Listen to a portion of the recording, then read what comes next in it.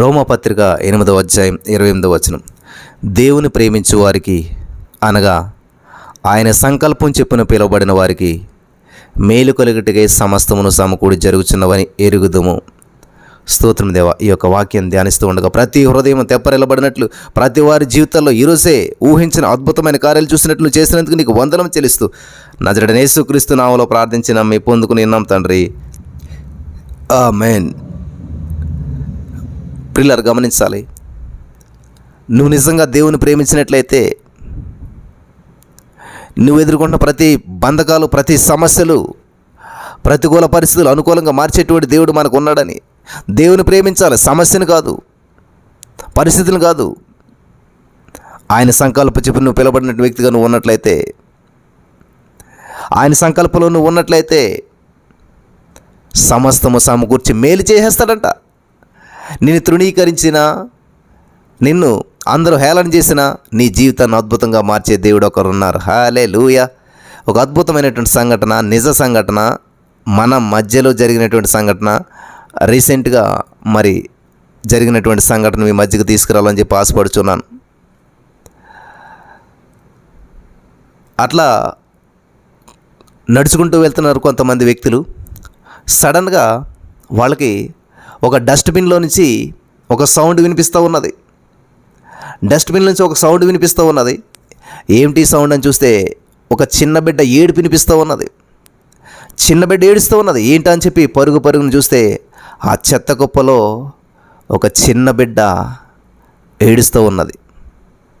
గబగబా వాళ్ళు తీశారు. చూస్తే ఆ చిన్న బిడ్డ ఆడబిడ్డ. ఓహో, ఆడబిడ్డ కావాలని చెప్పేసి వాళ్ళు ఇక్కడ పడేస్తుంటారు తల్లిదండ్రులు, పెంచడం ఇష్టం లేక, ఉంచడం ఇష్టం లేక అని చెప్పి అనుకుని ఆ బిడ్డను తీరా గమనించి చూసినట్లయితే ఆడబిడ్డ మాత్రమే కాదు, అందురాలు కూడాను. ఆ చిన్న బిడ్డకి కళ్ళు కూడా కనిపించవు, 2 కళ్ళు కనిపించినటువంటి బిడ్డ. చూసారా ప్రియులారా, చెత్త డబ్బాలో ఒక చిన్న బిడ్డ, ఆడబిడ్డ, అలాగే అందురాలు, 2 కళ్ళు కూడా కనిపించవు. మరి ఆ తల్లిదండ్రుల మధ్య ఏమి ఘర్షణ జరిగిందో, ఏమి గొడవ జరిగిందో తెలియదు. కానీ అటువంటి బిడ్డను పెంచితే ఎంత పరిస్థితి అధ్వానంగా ఉంటుందో అనుకున్నారో, వారికి ఎంత పేదరికం ఉందో ఏ పరిస్థితిలో మనకు తెలియదు. కానీ పుట్టిన కొన్ని రోజుల లోపులోనే ఆ బిడ్డ అనాథ అయిపోయింది, గ్రుడ్డిదైపోయింది. ఇంక ఈ లోకంలో ఆమె ఏడ్చి కన్నీళ్లు కార్చి జీవితాన్ని ముగించాలి.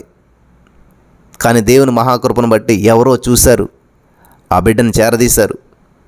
ఇటువంటి వారిని అందరినీ ఉంచడానికి ఒక సంస్థ ఉంది కాబట్టి ఆ సంస్థకి ఈ బిడ్డను పంపించడం జరిగింది. హల్లెలూయా, దేవునికి స్తోత్రం. ఎలాగైతే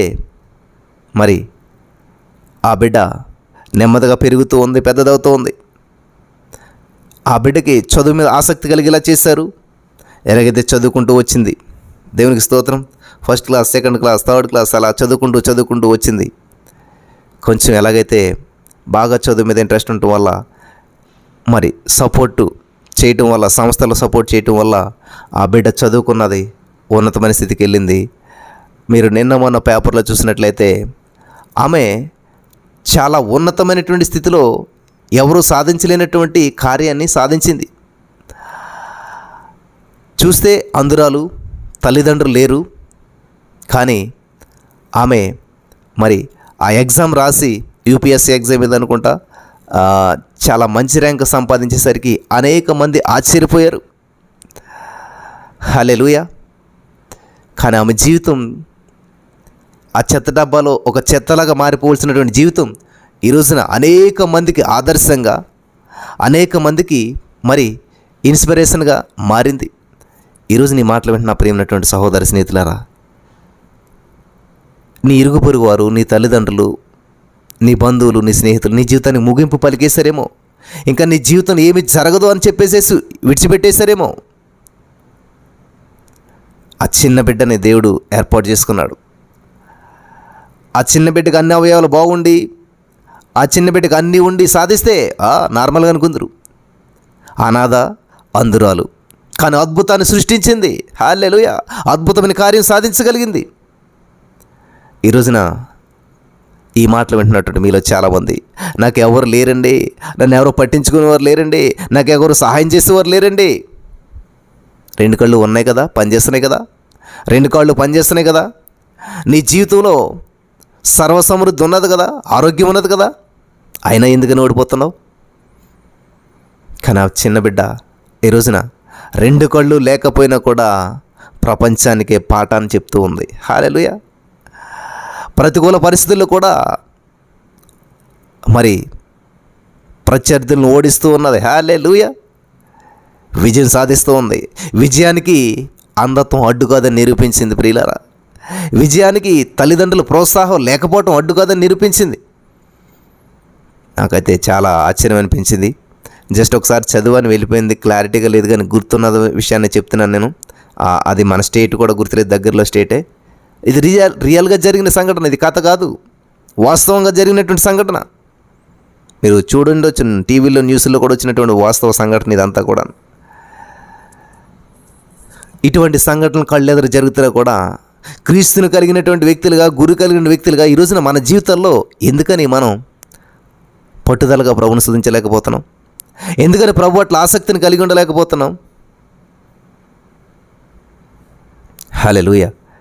ఈ రోజున మీరు చెత్త డబ్బాలో చెత్తగా పడవేయబడ్డారేమో, మిమ్మల్ని ఒక చిత్తు పేపర్లా చూస్తున్నారేమో, మీ జీవితం అంతా గందరగోళంలో ఉన్నదేమో, మీ భార్యాభర్తల మధ్య సరైన సంబంధం లేదేమో, సరైన అవగాహన లేదేమో, లేకపోతే మీ కుటుంబంలో శాంతి సమాధానం లేదేమో, మీరు చేస్తున్న వ్యాపారాలంతా లాస్ ఏమో, మీరు చేస్తున్న ప్రతి పని కూడా ప్రతికూలంగా మార్చబడిందేమో, ఏది మీకు అర్థం కావట్లేదు, గందరగోళంగా ఉందేమో.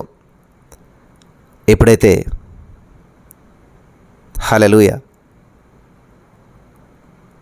నీ జీవితంలో దేవునికి స్థానం ఇస్తావో, నీ జీవితాన్ని తలక్రిందులు చేసే దేవుడు ఎట్లా మారుస్తాడంటే, లోకాన్ని తలకిందులు చేసేవారు ఇదిగో ఇక్కడే ఉన్నారా నిన్ను అంటాడు దేవుడు. దేవునికి స్తోత్రం. లోకం నిన్ను తలకిందులు చేయటం కాదు, లోకం నిన్ను మరి ఎందుకు పనికిరాడు చేయటం కాదు, నువ్వు లోకాన్ని తలకిందులు చేసేటువంటి వ్యక్తిగా చేస్తావు. హల్లెలూయా. నీ జీవితం అనేక మందికి ఒక జీవం ఇచ్చేటువంటిదిగా మార్చాలని చెప్పి దేవుడు ఆశపడుతున్నాడు. నమ్మినటువంటి వారంతా కూడా అటువంటి జీవితాన్ని జీవించి లోకాన్ని ప్రభావితం చేయుదురుగాక. ఆమేన్.